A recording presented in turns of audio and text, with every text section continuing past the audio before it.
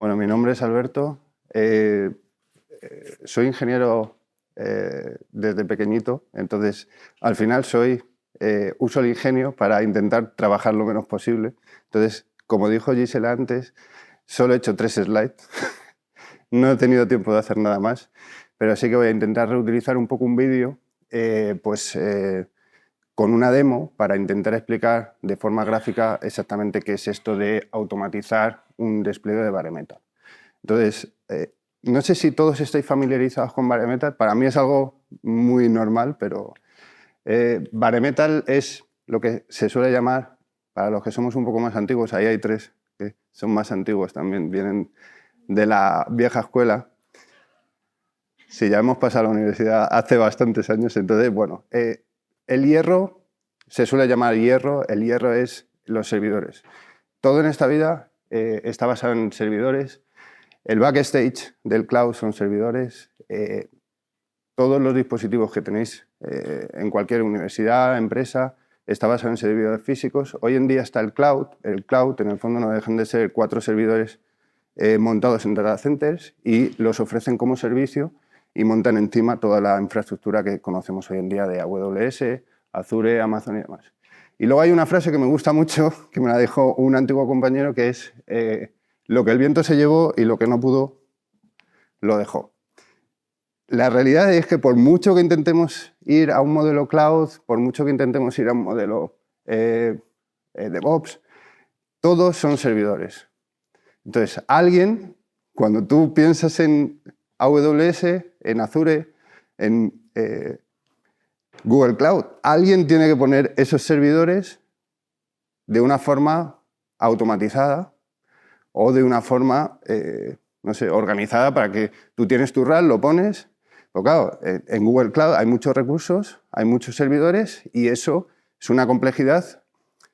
¿Cómo intentas automatizar ese despliegue? Porque al final es mucha parte física donde tú coges el servidor, lo enganchas en un rack, le pones conectividad, enchufas los cables y lo dejas más o menos conectado. Y luego hay otra parte más de operación que es instalas sistema operativo, instalas Kubernetes, instalas toda la capa de software que va encima del servidor y lo pones disponible para que alguien en Amazon, Google Cloud, etcétera, lo pueda utilizar como montando servicios encima. Entonces, eso a nivel empresa es muy complicado y me gustaría haceros unas cuantas preguntas.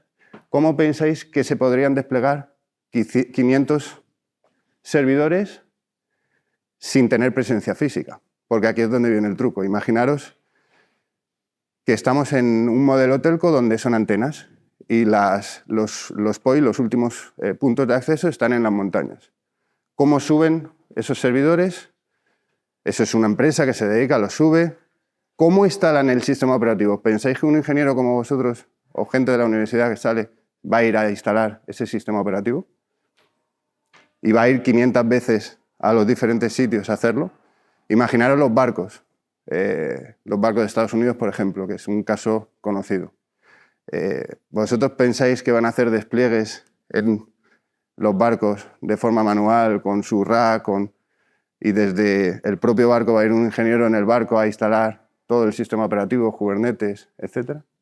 Entonces, aquí es donde empieza un poco el modelo de cómo podemos hacer esa instalación de tal forma que sea basada en GitOps, DevOps, infraestructura como código. No deja de ser otra cosa que es, no queremos tener que ir físicamente a estar delante. Yo recuerdo cuando salí de la universidad, iba a Telefónica en el CPD, me sentaba delante del rack, instalaba el sistema operativo, instalaba todo, me iba, luego desde la oficina hacíamos todas las comprobaciones, veíamos que estaba bien, después seguíamos instalando software encima y al final eso es muy manual y para instalar un servidor nos tirábamos 2-3 semanas.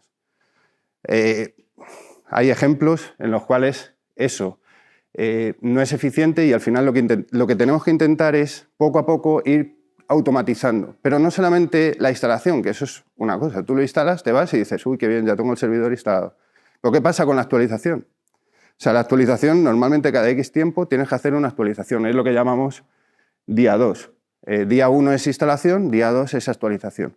Entonces, es complicado. Cuando te tienes que ir a un sitio físico, por ejemplo, una antena que está en medio de las montañas en León, hacer una actualización, eso es muy complicado. Y además, ¿cómo usamos proyectos open source para ello? Al final, todo hoy en día, bajo mi punto de vista, está focalizado en tengo una necesidad, tengo un problema, cómo busco la solución y cuáles son los medios que tengo a mi disposición para buscar una solución. Hoy en día lo más fácil es recurrir al tema de open source, contribuir en determinadas comunidades, y lo que os voy a mostrar hoy es un vídeo que, a pesar de que vais a ver que viene de SUSE, yo estoy trabajando en SUSE, los proyectos que se usan en ese vídeo son open source. Hoy no vengo a hablar nada de SUSE, es simplemente contaros 5 o 6 proyectos que son open source, como pueden ser MetalCube, Cluster CAPI, Cluster API, Cluster Class está dentro de CAPI, una serie de proyectos que podemos usar perfectamente combinándolos entre ellos, de tal forma que obtenemos una solución para desplegar esos 500 servidores, 200 servidores en la demo. Entonces, aquí lo importante es, ¿todos sabéis lo que es un bare metal? ¿Sabéis lo que es una BMC? Porque si no, explico brevemente lo que es una BMC para que entendáis un poco el concepto. La BMC es, para que nos entendamos, si tú tienes el típico ordenador de sobremesa, cuando tú entras en la BIOS está fuera de lo que es el sistema operativo, está dentro del hardware, pero está fuera del sistema operativo. Pues una BMC es, en un servidor de los que se utilizan como los que habéis visto antes, es un controlador que es un pequeño sistema operativo, también lleva sistema operativo, algunos de ellos sí, son más modernos, sistema operativo donde va la parte de BIOS y todo lo externo. Entonces simplemente lleva su cable de red y desde ahí nosotros somos capaces de manejar todo lo que es el servidor. Es como una BIOS más o menos inteligente, para que nos hagamos una idea. Entonces, simplemente conectando los cables y dando conectividad a esa BMC, desde la BMC, con estos proyectos que vais a ver open source, somos capaces de combinarlos y juntar todo para poder desplegar. Entonces, me voy a pasar, a pesar de que lo tengo aquí, me voy a pasar al vídeo y lo vamos a ir viendo. Vale. Bueno, ¿cuáles son los retos que tenemos con este tipo de soluciones? Lo primero es, necesitamos automatizarlo, tanto el día 1 como el día 2. Necesitamos que sea consistente y que la configuración sea segura. Gestión en escala. Si queremos desplegar 500, tiene que haber algo que nos gestione eso en escala. Entonces, para esto, aquí hay una arquitectura que es cierto que hay componentes que son de SUSE, pero el 90% son open source, ¿vale? Me voy a parar un segundín en que los veamos. Hay una capa de management en la cual, evidentemente, para tú poder gestionar 500 servidores tienes que tener un elemento que sea de gestión, que sea el que coordine ese despliegue.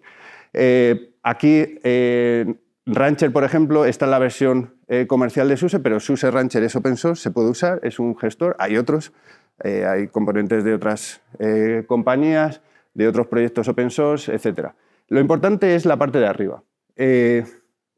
Tenemos que tener un motor de GitOps, que es el que orquesta toda esta cosa, es decir, tengo un repositorio, con ese repositorio soy capaz de, cada cambio que yo hago en ese repositorio con los manifiestos que vas a ver después en la demo y demás, esos replica un cambio y genera un pipeline para desplegar toda esa infraestructura. Y por otro lado tengo 2 proyectos open source, que son MetalCube, que se encarga de cómo me conecto al servidor forma física una vez que tengo acceso a la BMC, y Cluster API, que es cómo despliego clúster de Kubernetes utilizando el mismo clúster de Kubernetes que ya estoy desplegando en este Management Cluster. Y luego tenemos una parte de runtime, que el sistema operativo es lo de menos, esta es la parte de Kubernetes. Evidentemente lo que vas a desplegar es un sistema operativo, una parte de Kubernetes, con una serie de capabilities para que el usuario final pueda utilizar esta infraestructura. Vale, vamos a... ¿Qué es lo que voy a intentar mostrar con esta demo? ¿Cómo desplegamos? En este caso son 220 servidores de Kubernetes. ¿Cómo los actualizamos en el día 2? Y la parte de telco la voy a dejar fuera porque para mí el objetivo de esta charla era intentar explicar cómo es una automatización completa. Desde el día 0, el 0 es montaje del servidor, enracado, conectividad hasta el día 1. ¿Qué vamos a ver aquí? Un management cluster que lo que va a hacer es en 2 regiones diferentes, en la región de España y en la región de Alemania, va a intentar desplegar 20 servidores en la región de España con 2 tipos de clase, ahora veremos qué es cada una de esas clases, y en Alemania 500 servidores. Perdonad porque voy... Vale, 500 servidores. ¿Cómo hacemos eso? Aquí tengo que introducir otro concepto que es Cluster Class. CAPI he dicho antes que es un proyecto para desplegar Kubernetes dentro de un propio Kubernetes. Es decir, yo tengo mi Kubernetes y soy capaz de desplegar otros clústeres de Kubernetes usando el Kubernetes que yo estoy gestionando en el Management Cluster. Cluster Class lo vais a entender muy fácil con el concepto de herencia en programación orientada a objetos. O sea, como es la universidad, es el perfecto lugar para decir esto no deja de ser un concepto de orientación a objetos. Es decir, en una clase yo intento definir todas las cosas que son genéricas a esa clase. Puede ser versión de Kubernetes, puede ser VNCs o contenedores que tengo encima. Defino todo lo que es común a esa clase y luego la instancio. Y en la instancia lo que vais a ver es directamente cómo puedo personalizar ese clúster de Kubernetes con las peculiaridades de cada uno. Por ejemplo, quiero que un clúster tenga una determinada versión, o quiero que este servidor en el sistema operativo tenga estos usuarios predefinidos, o quiero hacer cualquier modificación sobre cada una de esas 2 capas, el sistema operativo o Kubernetes. Entonces, un poco el flujo que vamos a hacer es, vamos a crear una cluster class. Esa cluster class, lo que vamos a hacer es representar ese bare metal en Kubernetes con un objeto que se llama bare metal host. Los bare metal host, lo voy a parar para intentar explicar cuál es el flujo. Esos bare metal host son una representación de unos objetos que la propia palabra representan ese servidor. Es decir, qué memoria tiene, qué CPU tiene, qué características de hardware tiene. Y al principio vais a ver que esa información está totalmente vacía porque yo no conozco nada más que los datos de la VMC, pero en el momento que va pasando el flujo vamos a ir rellenando esa información con el tipo de memoria, tipo de CPU, toda la información que tiene ese servidor. Con lo cual, con ese servidor, lo que vamos a poder representar en Kubernetes es un objeto que podemos modificar y podemos instalar una imagen encima en la cual lleva el sistema operativo y podemos instalar un Kubernetes usando cluster API encima para desplegar clusters. Eso es un poco lo que vamos a ver. Lo siguiente es, todo este modelo está basado en Fleet. Entonces, lo primero que vamos a hacer es crearnos un repositorio en el cual vamos a definir esa clase. Esto es un repositorio. Como veis aquí, las clases, lo bueno que tienen es que reducen mucho el tamaño de los manifiestos, porque todo lo común lo estamos incluyendo aquí. Y lo único que estamos definiendo son una especie de variables que veis ahí con las peculiaridades de cada uno de los servidores. Es decir, en programación orientada a objetos, cuando un objeto heredaba de su padre, el padre le definía una serie de características. Esto es básicamente lo que le estamos diciendo. Pues vas a tener un control plane de Kubernetes, vas a tener un endpoint con un TLS-SAN, una serie de características que yo no sé a priori cuál es la instancia, ni cómo es la instanciación de ese servidor, pero sí que lo puedo generar de forma, digamos, dinámica una vez que instancie un objeto bare metal de esta clase que es genérica, por decirlo así. Esos son los patches y, como veis, hay 2 únicamente. Son 2 manifiestos donde puedo añadir cosas tan interesantes como cuáles son los health charm que quiero instalar. De tal forma que, ¿qué ocurre si yo instancio, esta es la otra clase, qué ocurre si yo hago un cambio en la instancia padre, en la clase? Que automáticamente todos los hijos van a estar actualizados con ese cambio. ¿Qué ocurre si yo solo quiero cambiar una serie de hijos? Pues que no puedo cambiarlo en la clase, sino que lo tengo que cambiar en la parte del hijo.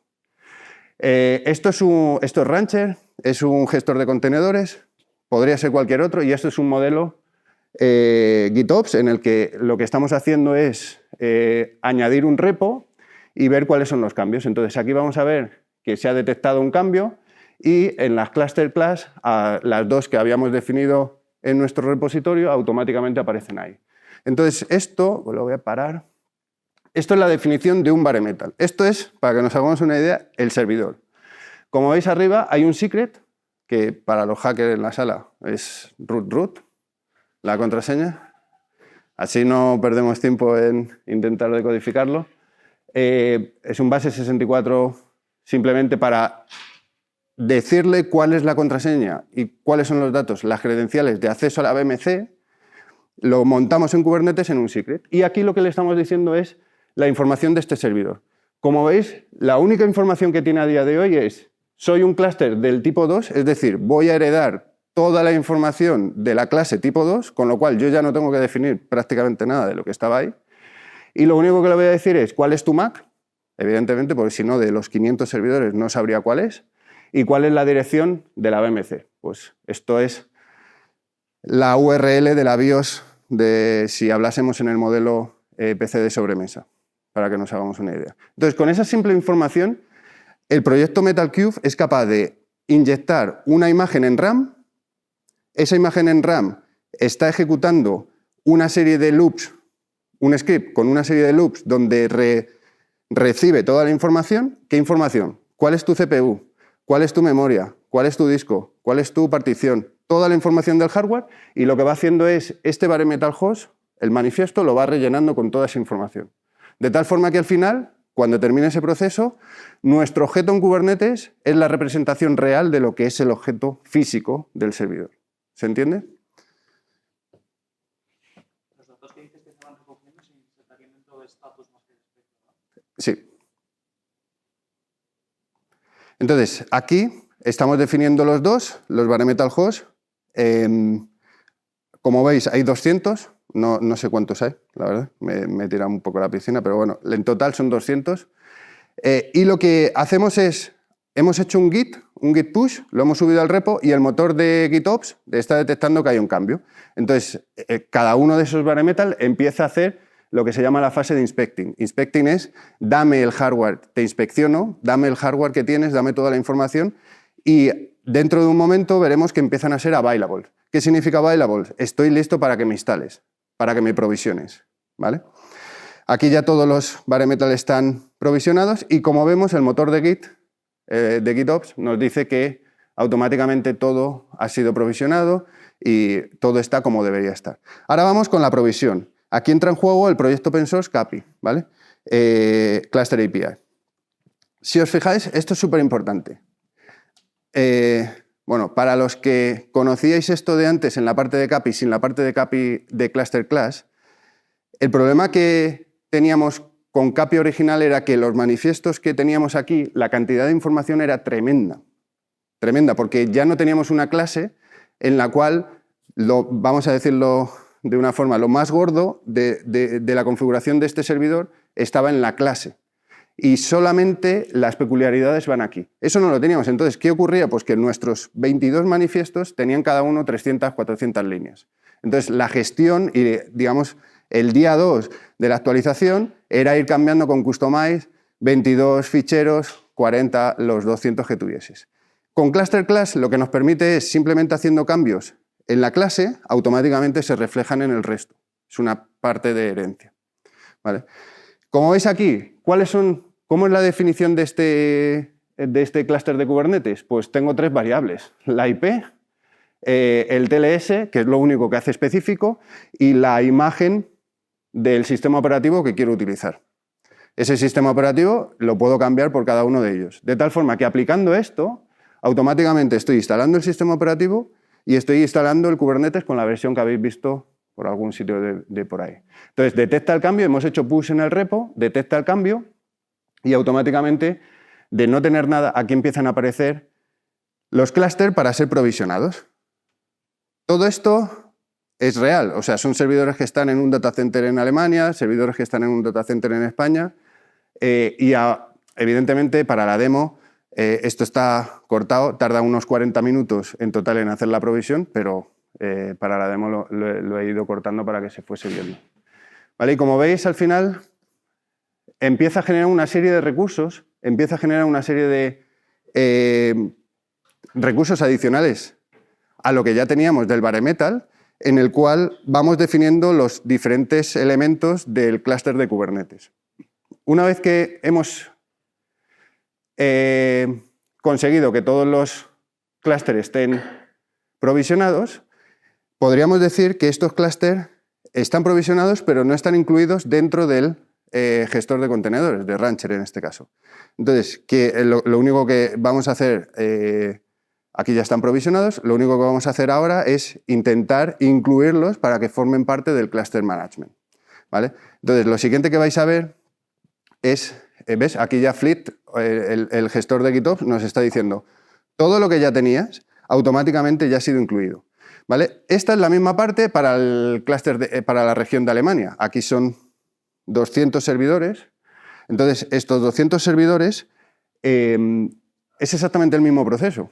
Yo los defino en mi repo, tengo la definición del clúster en mi repo, los aplico en GitOps, estoy haciendo un git push, el motor de GitOps lo detecta y empieza a hacer la fase de inspección, los empieza a inspeccionar cuando tiene todo el hardware controlado y cuando tiene todo el hardware detectado y demás, lo pone como available. En el momento que está available, una provisión puede empezar. Empieza la provisión del sistema operativo, del clúster de Kubernetes y todos los componentes que tú quieras añadir. Porque al final yo en esta demo me he quedado en la parte de Kubernetes, pero puedes añadir diferentes health charms, diferentes aplicaciones encima y hacer la provisión totalmente automatizada sin tener que ir al sitio físico a estar allí presente haciendo esta instalación. Bueno, ahí siguen haciendo la provisión. La verdad es que ahora veréis en una de las cifras, esto funciona realmente bien. O sea, yo, por ser realista y porque estoy totalmente fuera de cualquier ánimo de cualquier compañía, esta demo es realista, es 100% realista y la tasa de fallo fue un servidor. De los 220 nos falló un servidor y el motivo fue porque la conexión con la VMC en un determinado momento, cuando tenía que inyectar la ISO, falló. Evidentemente estas cosas ocurren, pero de tener que provisionar a mano 220 a tener que solucionar un problema con una comunicación de una VMC, hay bastante distancia. O sea, ese es el ratio, la verdad es que es bastante bueno. Yo la primera vez que lo probé me sorprendí y sobre todo la facilidad que hace, aquí está importándolos para que estén dentro del servidor y ahora vamos a hacer una actualización. Ahora vais a ver lo fácil que es hacer una actualización solo de la versión, porque lo interesante de Cluster Class para mí es el futuro, porque al ser un paradigma basado en programación orientada a objetos, todo lo que tú definas en la clase lo aplica automáticamente abajo. Con lo cual, un cliente que quiere hacer una actualización a todos sus componentes del datacenter de Alemania, si los ha definido en una clase específica para el datacenter de Alemania, simplemente tocando un fichero modifica todo y despliega todo de forma automatizada. Vale, aquí se están intentando añadir, ahí se van añadiendo y para mí una de las ventajas que tiene CAPI es el ciclo de vida.